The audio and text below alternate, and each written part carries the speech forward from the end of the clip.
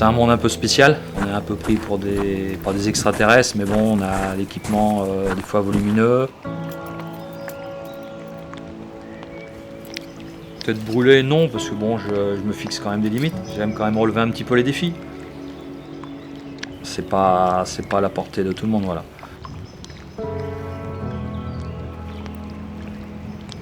C'est un projet voilà, qui me plaît parce que bon, j'adore la plongée. C'est un bien-être. C'est un bien-être, on est bien dans l'eau. Voilà, c'est ça.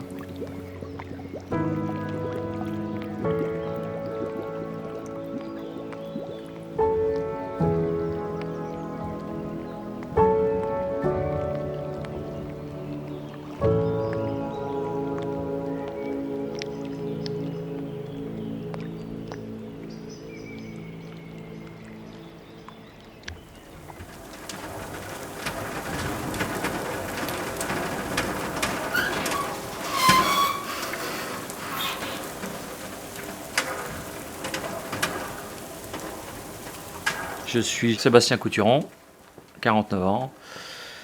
Je suis gérant de la société SM86, entretien, maintenance et détection de fuite de piscine.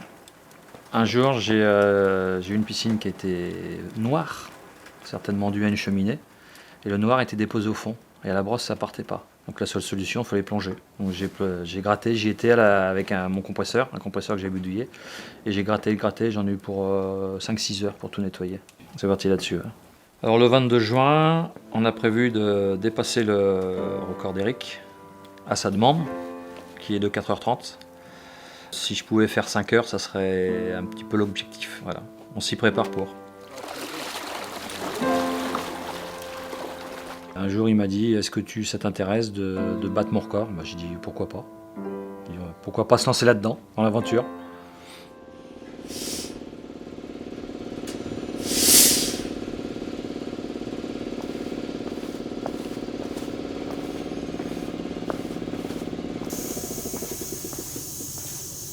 Je suis Eric Murzeau, j'ai commencé à plonger en 1992 en Nouvelle-Calédonie. Je suis moniteur fédéral depuis 1999. Je suis plongeur souterrain. En 2008, lorsque j'étais président de club, j'ai eu envie de redynamiser la cohésion en mettant un esprit d'équipe. Donc on a décidé de plonger longtemps. Et en fait, on a pu faire, dans un premier temps, 4 heures à l'entraînement, d'accumuler, que chaque personne m'amenait à chaque fois de l'air, etc. On charge donc Cyril, Eric, Dominique, Rodolphe, Bernard. L'équipe est prête, donc maintenant il n'y a plus qu'à. On a le beau temps avec nous, la météo, on n'est pas en retard, donc ça devrait être bon. Pendant la plongée, Eric vérifie son cap en permanence. En effet, dans cette eau trouble, il n'y a pas de point de repère et l'orientation est délicate. Il note les informations relatives à sa consommation, s'hydrate et mange régulièrement.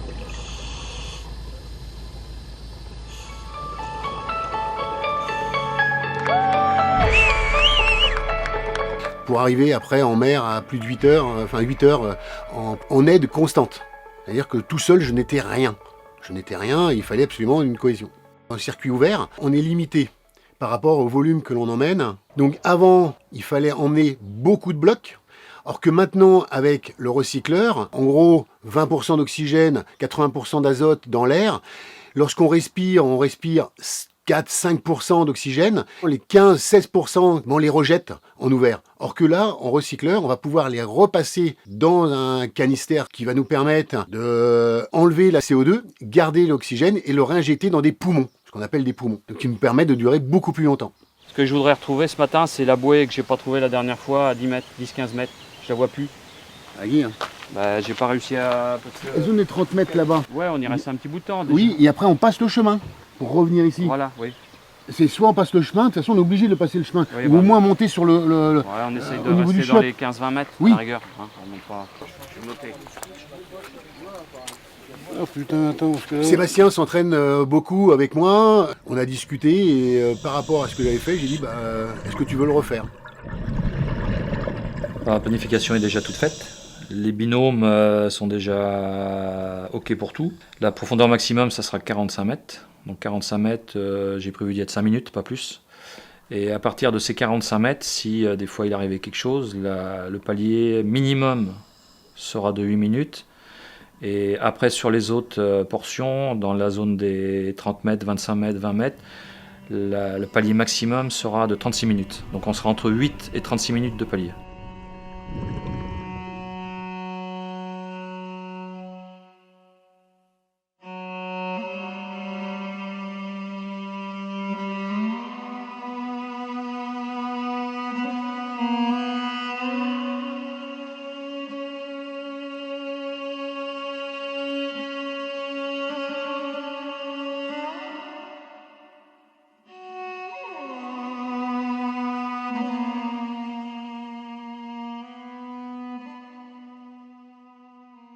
Alors la planification, j'ai travaillé avec Jean-Pierre.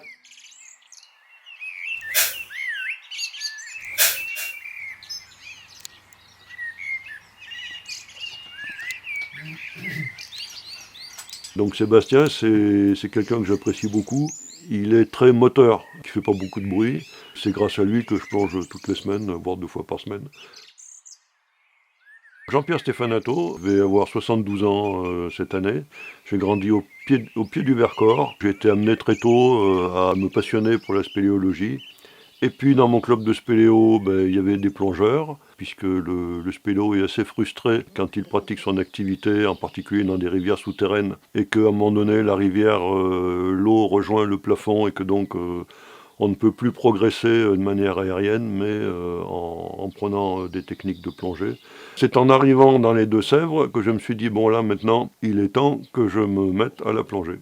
On m'a expliqué que pour pouvoir plonger de manière intéressante, il fallait passer des brevets, des diplômes. Alors je me dis, tiens, c'est bizarre, moi ça fait des années que je pratique la spéléo à un très bon niveau, on ne m'a jamais parlé de diplôme. Le moniteur à qui j'ai posé cette question était un petit peu décontenancé. Il était encore plus décontenancé quand je lui ai expliqué que moi, ce que je voulais apprendre à plonger pour aller plonger sous terre. Alors, ça m'a fait un petit peu penser aux planches de Luc et Luc. Tu sais, quand tu vois, il va y avoir un duel avec Luc et Luc, et puis tu as le croque-mort derrière qui prend les dimensions pour la bière. C'est un petit peu ça que j'ai vu dans le regard du moniteur, et puis bon, voilà. J'ai fini par gravir plusieurs échelons de compétences, jusqu'à devenir moniteur de plongée, puis formateur de moniteur, c'est ce qu'on appelle le MF2, moniteur fédéral 2e degré. Donc ce qui est prévu pour le 22 juin, c'est une plongée qui devrait durer entre 4 et 5 heures. Donc ça veut dire qu'il va falloir progresser dans l'entraînement d'ici là pour arriver à tenir au moins 4 heures. Donc à deux plongeurs qui vont utiliser des recycleurs, de technologies un petit peu différentes. Un recycleur qu'on appelle circuit fermé, qui ne consomme donc que de l'oxygène, et juste la quantité d'oxygène nécessaire, et un recycleur à circuit semi-fermé, qui lui est plus un économiseur d'air, c'est-à-dire qu'on va consommer grosso modo entre 5 et 10 fois moins de gaz qu'en circuit ouvert. Les difficultés de cette plongée, on pourrait très bien dire je vais rester dans la zone où il fait chaud, entre 20 mètres et 5 mètres, et puis faire tourner pendant 5 heures dans cette zone-là. Bon, il faut reconnaître que c'est pas très fun. Donc pour pimenter un peu, le profil qui est prévu commence par une descente dans la zone des 40 mètres. On va dire c'est spectaculaire, c'est une ambiance, voilà, c'est une ambiance, c'est-à-dire qu'il fait quand même très sombre. On a un sol de limon noir, enfin gris foncé, dès qu'on le soulève, c'est noir. On a des rochers de plus ou moins grosse taille. Donc on a une ambiance vraiment très particulière. Un peu de film de science-fiction, on va dire. Hein, voilà. On pourrait imaginer être sur la planète Mars.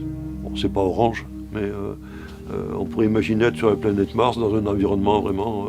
on a aussi l'azote, on parle de l'ivresse des profondeurs. Et c'est vrai que ça contribue aussi à l'ambiance et au côté agrément de la plongée. À l'ivresse des profondeurs à 40 mètres, vous êtes entraîné, non ? Oui, on est entraîné. Bon, ça ne veut pas dire qu'elles ne sont pas présentes. C'est-à-dire qu'on est entraîné pour faire avec.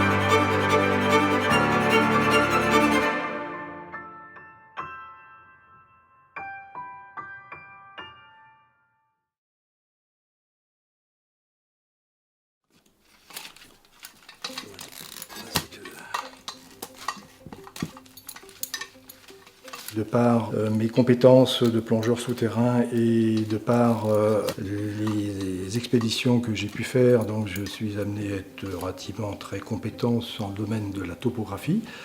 Il s'est avéré que ce site, il fallait le topographier afin de définir l'ensemble des zones de plongée, entre autres, et ce pour des raisons de sécurité. Et aussi pour des raisons pour se repérer d'un point de vue géographique pour les plongeurs, qu'ils puissent passer d'un point à l'autre.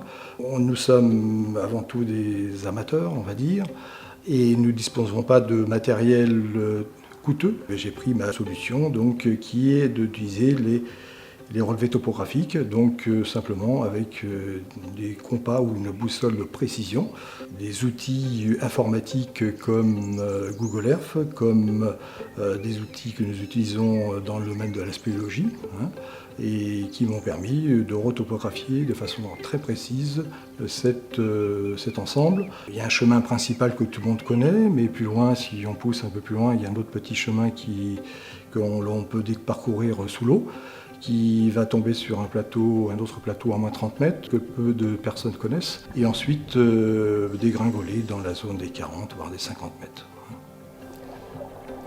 Donc toutes ces mesures vont être entrées dans un logiciel, dans ce tableau qui est là. Donc ici on voit que la topographie s'est faite par principalement 2 points sur lesquels on va croiser les lignes de visée, et à chaque croisée de visée, on va retrouver les fameuses balises. On a pu redessiner l'ensemble des profondeurs, la zone à 10 mètres, la zone à 20 mètres, la zone à 30 mètres, et puis la zone à 40 mètres. La profondeur maxi qu'on a trouvée dans les 51-52 mètres. Mais il faut que ça soit les conditions comme il y a actuellement, c'est-à-dire que le niveau est très très haut. Après, la carrière est variée, il y a différents plateaux, donc c'est l'idéal pour travailler. C'est une carrière où il y a tout.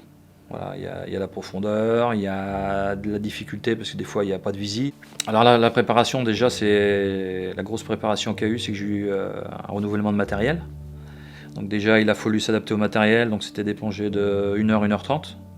Donc ça, c'était sur janvier-février. Maintenant que tout est opérationnel, là, l'objectif de mars, c'est faire des plongées de 2 heures. Avril, ça sera 2h30 et mai, 3 heures.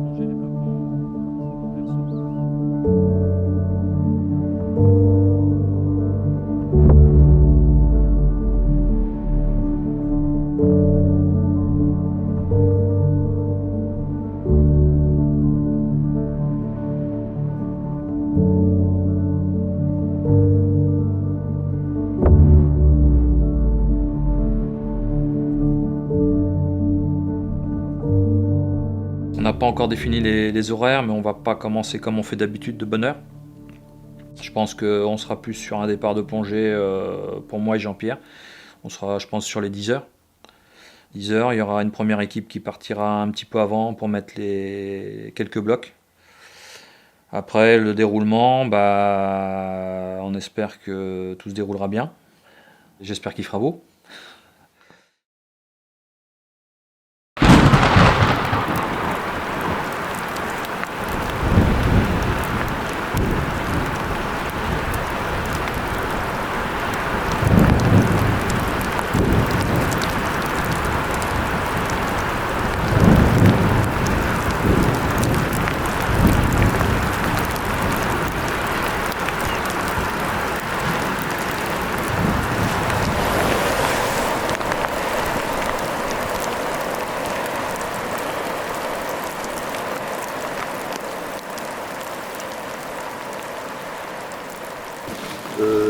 L'idée que j'avais au départ, c'est de plonger en 2 binômes.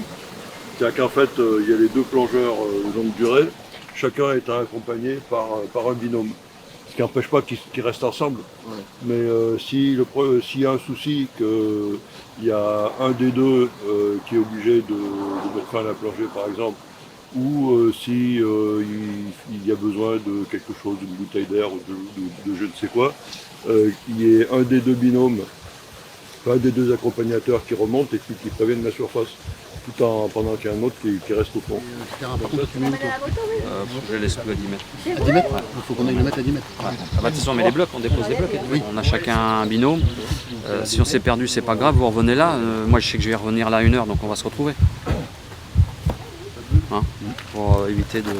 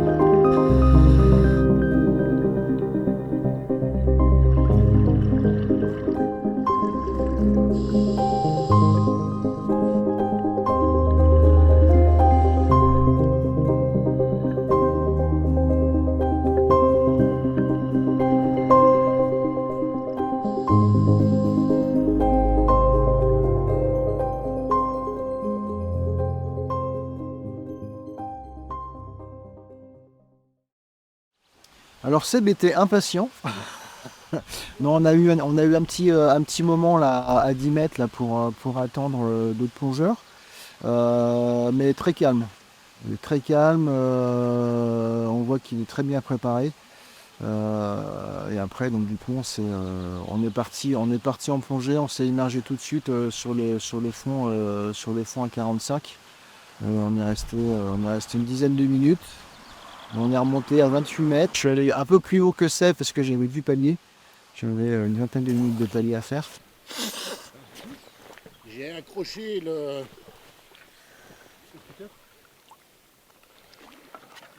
Non, mon genou. J'ai une fuite au niveau du genou gauche et j'ai noyé le... À la combi? Ouais. Et j'ai noyé mon... Donc là, il y a Eric qui vient de sortir de l'eau. Il a eu un petit souci technique avec son scout. Apparemment, il l'a noyé, d'après ce que j'ai cru comprendre.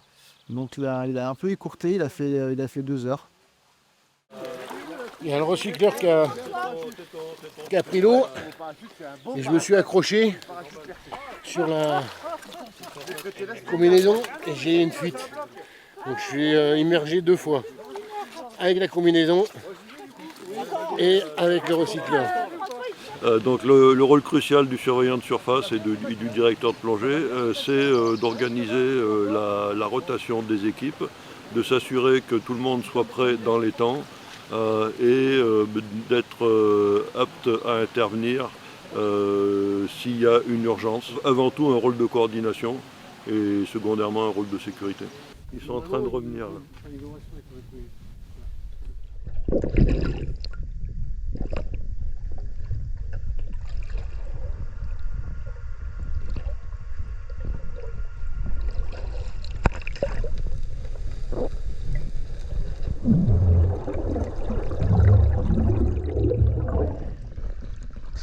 Bah, c'était bien. C'était bien? Oh, ouais. Comment il était le gars? Bah, il est bien. Ouais. Hein, il est bien et il a l'air content. L'autre Sébastien, il va bien? Tout va bien. Et ils sont partis là, c'est parti pour un petit moment avec le scout. La visie est toujours bonne pour les copains? La visie est très hasardeuse là. Ouais, pas trop de mon matériel. Non. À 30 mètres, elle est bien. Ouais. Mais c'est plus agréable à 30 mètres en fait. Et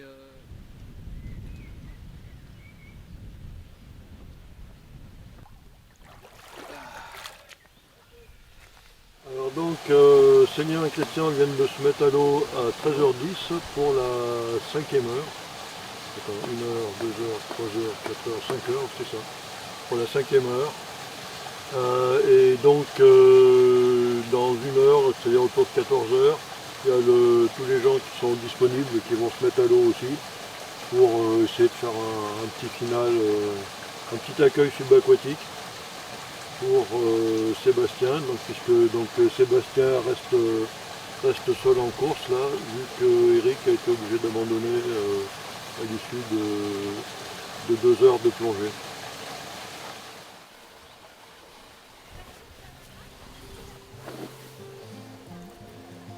Aïe aïe aïe aïe aïe.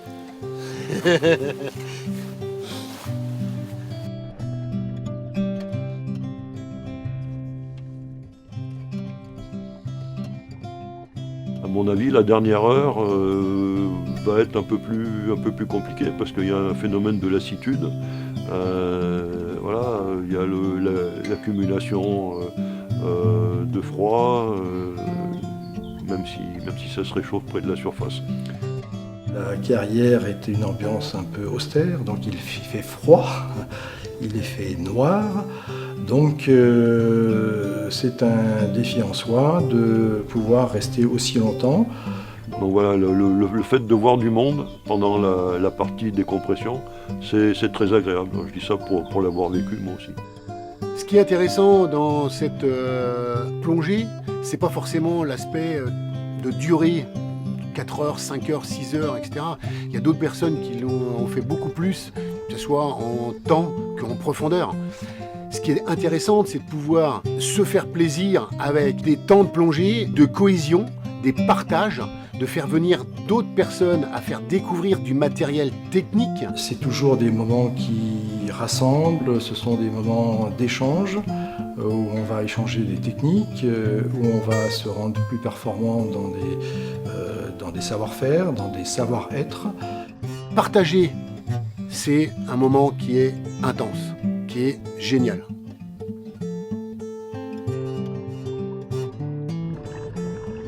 Je remercie les binômes, tous les binômes, toi aussi, de se lancer dans ce petit défi. Voilà. C'est en espérant qu'on y arrivera, que tout se passera bien, et puis voilà. Ça fait plaisir qu'on se retrouve tous ensemble.